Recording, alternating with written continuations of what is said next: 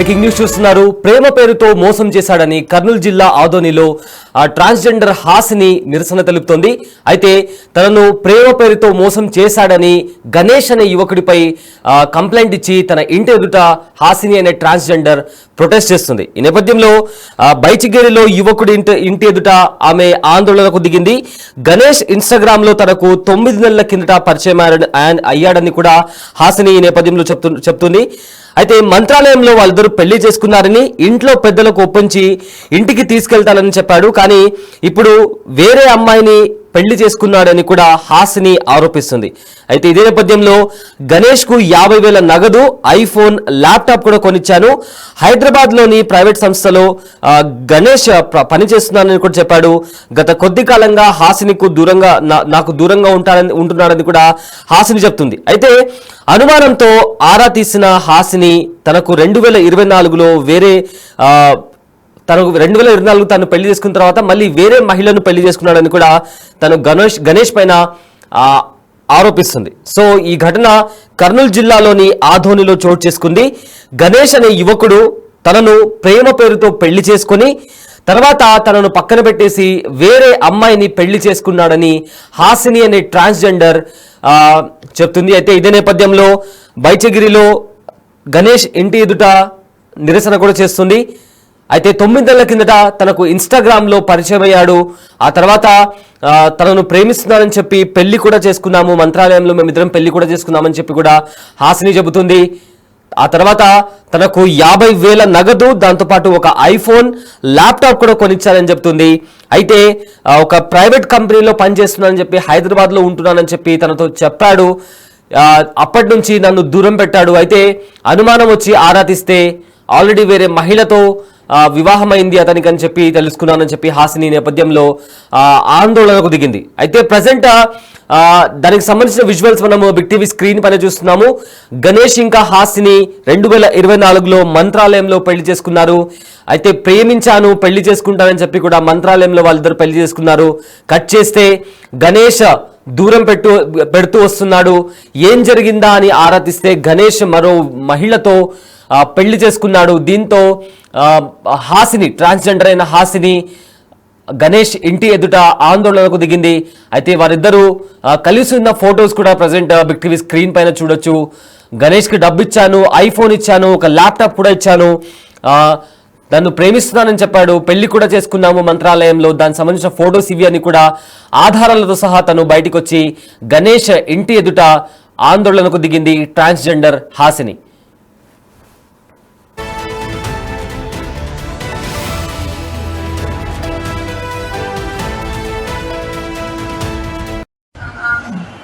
Hostel అంటే ఇష్టమా నాన్న? మరి ఏమైంది నాన్న? ఇంకేంది చెప్పు. ఏం లేదు మన స్టడీస్ అయిపోయాక పెళ్లి చేసుకుంటా. పక్కా చేసుకోకపోతే ఇంటికి రండి, సరేనా? ఇంటికి వచ్చి మేము ఏం చేస్తాం నాన్న? నేను సపోర్ట్ చేస్తా. అప్పుడు ఒప్పుకోకపోతే నేను వస్తా సార్. డైరెక్ట్ ఒప్పుకోవడం అవసరం లేదు, నేనే వస్తా స్టడీస్ అయిపోయాక. మీ ఇంట్లో ఒప్పుకోనంటే నేను ట్రాన్స్ కదా, పిల్లలు నేను వస్తాను చెప్తున్నా. నీతో పాటు నేను వస్తాను, అమ్మాయితో పెళ్లి అని అడుగుతారు. నీతో పాటు నేను వస్తాను చెప్తున్నా. మీ ఇంట్లో ఒప్పుకోకపోతే ఏం చేస్తా? ఇప్పుడు నిన్నే చేసుకోవాలి, నిన్నే చేసుకుంటా కదా, చేసుకుంటా నిన్నే చేసుకో. కాదు అంటున్నా కదా, మా ఇంట్లో వాళ్ళు చచ్చిపోతామంటున్నారు, నన్ను చచ్చిపోతామంటున్నారు, వాళ్ళకి భయపడి వాళ్ళు మాట్లాడాలి అంటున్నారు కదా. మరి అప్పుడు అదే అంటారు. ఈ స్టడీస్ అయిపోయినప్పుడు నేను బయటకు అదే అంటారు. మీ ఇంట్లో అంటే బయటకు వస్తా సరేనా? బయటకు వస్తా. నాకు స్టార్టింగ్ కూడా అట్లా తెలుసు. ఇప్పుడు చెప్తున్నా ఇంటికి రా, ఇప్పుడు ఇంటికి రా డైరెక్ట్. మొన్న ఇంటికి రాలే కదా, ఆ డోర్కి వచ్చావు డైరెక్ట్ ఇంటికి వచ్చి నేను రాలేనంటున్నావు. రాలే పొజిషన్ లో కేసు పెట్టి రాలేదన్నా, కేసు అయినా పెట్టి ఏదైనా పెట్టు సరేనా? వస్తా చెప్తాను కాబట్టి నేను ఇవన్నీ చేస్తున్నాను. లేకపోతే ఎందుకు చేస్తాను గురించి. నువ్వు అంతకు ముందు వేరే అమ్మాయితో చాట్ చేసినా కూడా ఆ అమ్మాయి వద్దనుకొని తిట్టింది కదా ఆ అమ్మాయికి. చెప్పు. నేను మధ్యలో కూడా చెప్పిన, నేను ట్రాన్స్, నాకు పిల్లలు కొట్టరు, నేను చుట్టుకోలేక ఇంత తాపేద్దాం అంటే నువ్వేమన్నా ఏమన్నా చెప్పు. లేదే అన్నా చేసుకున్నావు, పెళ్లి చేసుకున్నావు చెప్పినావు కదా. ఇంట్లో ఒప్పుకోకపోతే నీ గురించి ఇల్లు వచ్చేస్తాను చెప్పింది. అవును, నేను పెళ్లి చేసుకున్నా, తీసుకొచ్చా, ఇంట్లో చెప్తాను, ఎన్ని రోజుల నుంచి చెప్తున్నా, ఇంక ఈరోజు చెప్పాలనుకున్నా చెప్తున్నా అని చెప్తాను. మమ్మీ అవునా అంటున్నా. అవును మమ్మీ. ఇంట్లో ఒప్పుకోకపోతే ఈమెతో పాటు వస్తాను మమ్మీ. నేను కోత కాదు తెలుసు కదా, అడుగు. నేను కోత అని సీస కాదు, అడుగు.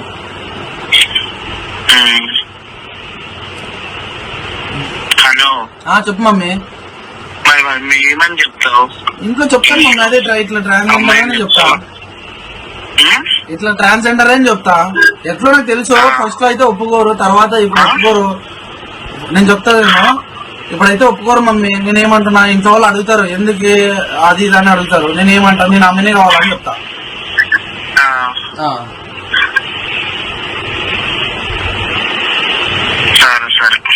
సరే తిరుగుతున్నావని అడగలేదబ్బా ఇంటికి. మరి ఆయన పెళ్ళంతా తిరగడా? ఎట్లా ఆయన పెళ్ళంతా తిరగడా? మరి నువ్వు నీ పెళ్ళంతా తిరగొద్దా? తిరుగుతాను. మరి ఆయన అడగడానికి ఎవరు?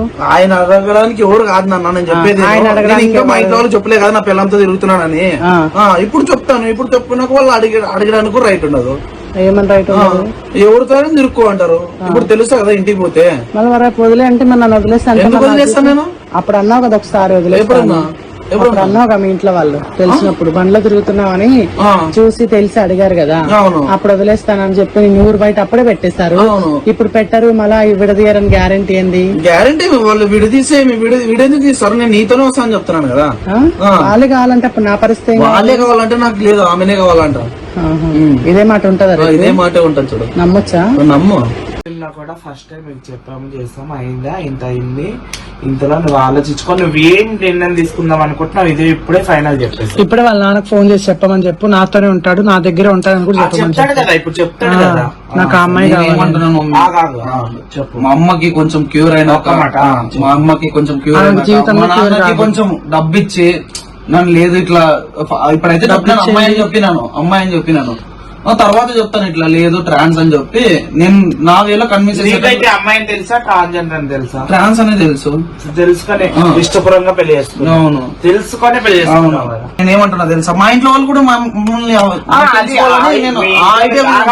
మీ నాన్న మీ అమ్మ వాళ్ళు ఓకే చేస్తారని కాదు, ఏదన్నా నీ ఇష్టం ఉంటది. కానీ మీ అమ్మ నాన్న బాగా చూసుకోవాలి, బాధ్యత నీకు ఉంది కాబట్టి దేవుడైనా చూసుకోలేదనట్లేదు. ఆయన కూడా వద్ద. నా పేరు హాసిని అండి, నేను హైదరాబాద్ లో నివసిస్తూ ఉండేదాన్ని.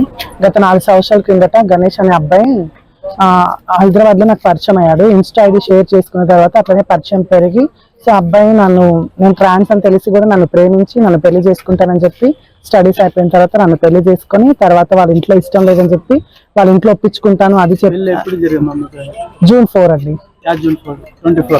జూన్ 4 2024 లో అయితే పెళ్లి చేసుకున్న తర్వాత ఇంటికి వెళ్ళి పేరెంట్స్ ఒప్పిస్తానని చెప్పి ఇంటికి వెళ్ళి తర్వాత రాకుండా అక్కడే ఉండిపోతే, అప్పటికి వాళ్ళ పేరెంట్స్ కి కాల్ చేసి ఇన్ఫార్మ్ చేశాను, ఇలా మాకు పెళ్లి జరిగింది, మీ అబ్బాయి నాతో కలుస్తున్నారంటే నువ్వు మా అబ్బాయిని చీట్ చేసావు, మా అబ్బాయిని ట్రాప్ చేసావు, నేను చంపేస్తాం అది ఇది అని వాళ్ళ పేరెంట్స్ బెదిరించారు.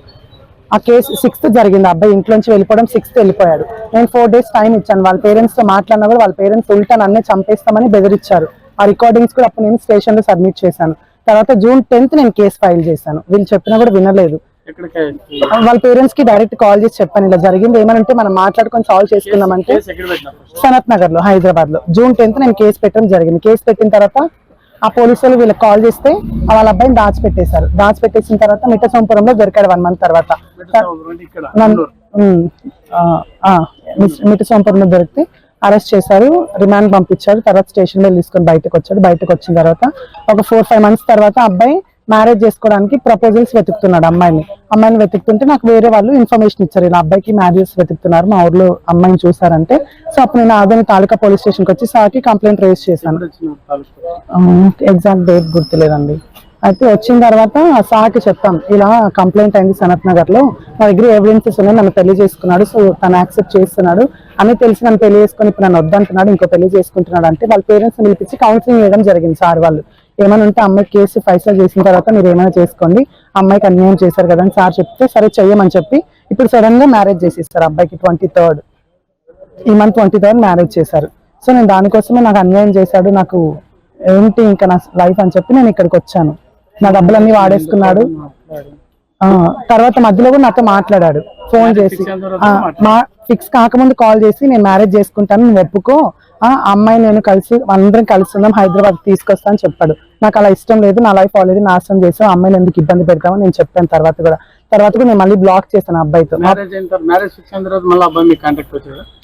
లేదు రాలేదు, పెళ్లి చేసుకున్న తర్వాత ఇంకా అసలు మాట్లాడట్లేదు. సార్ ఏమన్నారు, మీరు ఎంతైతే ఖర్చు పెట్టారో మీరు చెప్తే మేము అది ఇప్పిస్తామమ్మా. గూగుల్ పే ట్రాన్సాక్షన్స్ లో ఏమేమి ఉన్నాయో Google pay transaction, phone pay transactions ఏదైతే ఉందో మీ దగ్గర పర్ఫెక్ట్ ఏం ఎవిడెన్సెస్ ఉన్నాయో అవి తీసుకొని వస్తే దాన్ని బట్టి మేము మనీ ఇప్పిస్తామని చెప్తున్నారు సార్ వాళ్ళు. ఎంత అమౌంట్ ఉండొచ్చు అంటారు మీరు? నేనైతే ఎగ్జాక్ట్ గా 10 to 15 lakhs మధ్యలో పెట్టానండి. 10 to 15 lakhs. సో ఏదైతే phone pay history, Google pay history perfect గా ఉందో అవి చూపిస్తేనే ఇప్పిస్తాము అంటున్నారు. మీ అభిప్రాయం ఏంటో లాస్ట్ ఫైనల్? సో ఇంకా అవే ఎవిడెన్స్ చూపారంటే ఎలా అవుతుందండి? బై క్యాష్ తీసుకున్నాడు, కొంచెం బట్టలన్నీ తీసుకున్నాడు, ఇంట్లో అప్పు ఉందని ఇంటికి వచ్చినప్పుడు క్యాష్ తీసుకెళ్లాడు. సో అవన్నీ ఎలా కౌంట్ తీసుకుంటారు? సో నాకు ఎట్లా అన్యాయం అయినట్లే కదా, ఇంకా నా డబ్బులు వాడుకున్నాను. నేను అదే కోరుకున్నాను, నేను ఎంతైతే డబ్బులు ఇచ్చానో నాకు ఆ డబ్బులు ఇచ్చేస్తే చాలని చెప్తాను అంతే. అబ్బాయి ఆల్రెడీ మ్యారేజ్ చేసుకున్నాడు ఒక అమ్మాయి. ఇప్పుడు ఆ అమ్మాయి లైఫ్ నేను స్పాయిల్ చేయలేను కదా, నా లైఫ్ ఆల్రెడీ స్పాయిల్ అయిపోయింది. ఇప్పుడు నేను ఫైట్ చేసి ఆ మ్యారేజ్ వద్దు, ఫైట్ చేసానికి ఇప్పుడు ఆ అమ్మాయి లైఫ్ స్పాయిల్ అయిపోతుంది, నా లైఫ్ పోయినట్లుంటది. ఇట్లా మీడియా ముందు వచ్చినప్పుడు కూడా అబ్బాయి లైఫ్, అమ్మాయి లైఫ్ స్పాయిల్ అవుతుంది. అమ్మాయి లైఫ్ స్పాయిల్ అవుతుంది అంటే ఇప్పుడు నా మనీ కావాలి కదండి. ఇప్పుడు ఆ అమ్మాయి కోసం ఆలోచించుకొని నా మనీ నేను వదులుకోలేను కదా. సో నేను అమ్మాయి డైరెక్ట్ వాళ్ళ ఇంటికి వెళ్ళి అమ్మాయిని తిట్టలేదు, అమ్మాయిని ఒక మాట అనలేదు, ఆ అమ్మాయిని ఇందులోకి తీసుకురాలేదు. సో నేను అబ్బాయి నా డబ్బులు తీసుకొని నా డబ్బులు నాకు ఇచ్చేయమని నేను చెప్తున్నాను. సో ఇలా సోషల్ మీడియా ఛానల్ ద్వారా వస్తే అమ్మాయి కూడా అబ్బాయిలు కూడా ఇబ్బంది అవుతుంది ఫ్యూచర్ లో. అది ఇంకా తన ఇష్టం అండి, దానికి నేనేం చేయలేను కదా. అలా అని చెప్పి ఇంకా నేను నా లైఫ్ మొత్తం స్పాయిల్ చేసుకోలేను కదా. నేను ఒక స్టెప్ తీసుకొని నాకు హెల్త్ ఇష్యూస్ వచ్చేసి నేను హాస్పిటల్ అడ్మిట్ అయ్యాను. నిన్నటి వరకు కూడా హాస్పిటల్ నుంచి వచ్చాను నేను బయటకి, ఫిట్స్ వచ్చి. లాస్ట్ టైం కూడా ఆ ఇష్యూ జరిగినప్పుడు 15 days నేను గాంధీ హాస్పిటల్లో ఉన్నాను. ఇక్కడ ఆదంకి వచ్చినాక గణేష్ కి అబ్బాయి ఫోన్ చేసిన? లేదండి, నేను కాల్ చేయలేదు. కలవడం కానీ? లేదండి. మీ పేరు? హాసిని గౌడ్. హాసిని అనే ట్రాన్స్జెండర్. హాసిని అసలు పేరు రామకృష్ణ. వీళ్ళు గత కాలంలో బైచిగేర్ సంబంధించిన గణేష్ అనే వ్యక్తితో ప్రేమించుకున్నారు ఇద్దరును. ఆ తర్వాత పెళ్లి చేసుకోవాలనుకున్నారు, కానీ వాడు మోసం చేశారని చెప్పేసి ఈ అమ్మాయి సనత్ నగర్, హైదరాబాద్లో సనత్ నగర్ పోలీస్ స్టేషన్లో కంప్లైంట్ ఇచ్చారు. దాని మీద సనత్ నగర్ పోలీస్ స్టేషన్లో 393/2024 417 417 420 IPC కింద కేసు రిజిస్టర్ చేశారు. ఇది వచ్చేసేసి జూన్లో రిజిస్టర్ చేశారు కేసు వాళ్ళు.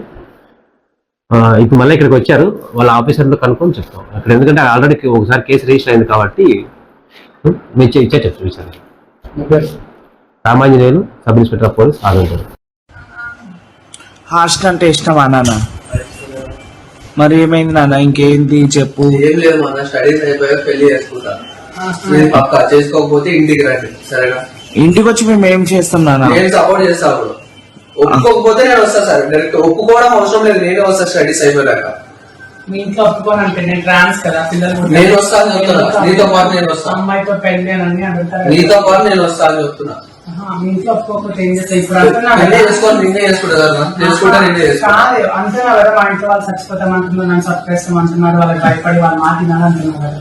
మరి అప్పుడు అదే అంటారు. ఈ స్టడీస్ అయిపోయినాక నేను బయటకు అదే అంటారు మీ ఇంట్లో. అప్పుడు ఏం అంటే బయటకు వస్తా సరేనా? బయటకు వస్తా. నాకు స్టార్టింగ్ కూడా అట్లా తెలిసింది. ఇప్పుడు చెప్తున్నా అసలు ఇంటికి రా, ఇప్పుడు ఇంటికి రా డైరెక్ట్. మొన్న ఇంటికి రాలే కదా, ఆ డోర్కి వచ్చావు డైరెక్ట్ ఇంటికి వచ్చి నేను రాలేనంటున్నావు. రాలే పొజిషన్ లో కేసు పెట్టి కేసు అయినా పెట్టి ఏదైనా పెట్టు సరేనా? వస్తా చెప్తారా? తీసుకుంటాను కాబట్టి నేను ఇవన్నీ చేస్తున్నాను. లేకపోతే ఎందుకు చేస్తాను గురించి? నువ్వు అంతకు ముందు వేరే అమ్మాయితో చాట్ చేసినా కూడా ఆ అమ్మాయి వద్దనుకొని తిట్టింది కదా ఆ అమ్మాయికి, చెప్పు. నేను మధ్యలో కూడా చెప్పిన, నేను ట్రాన్స్, నాకు పిల్లలు కొట్టరు, నేను చుట్టుకోలేక ఇంత ఆపేద్దాం అంటే నువ్వేమన్నా ఏమన్నా చెప్పు. లేదులే అన్న, చేసుకున్నావు పెళ్లి చేసుకున్నామని చెప్పినావు కదా. ఇంట్లో ఒప్పుకోకపోతే నీ గురించి ఇల్లు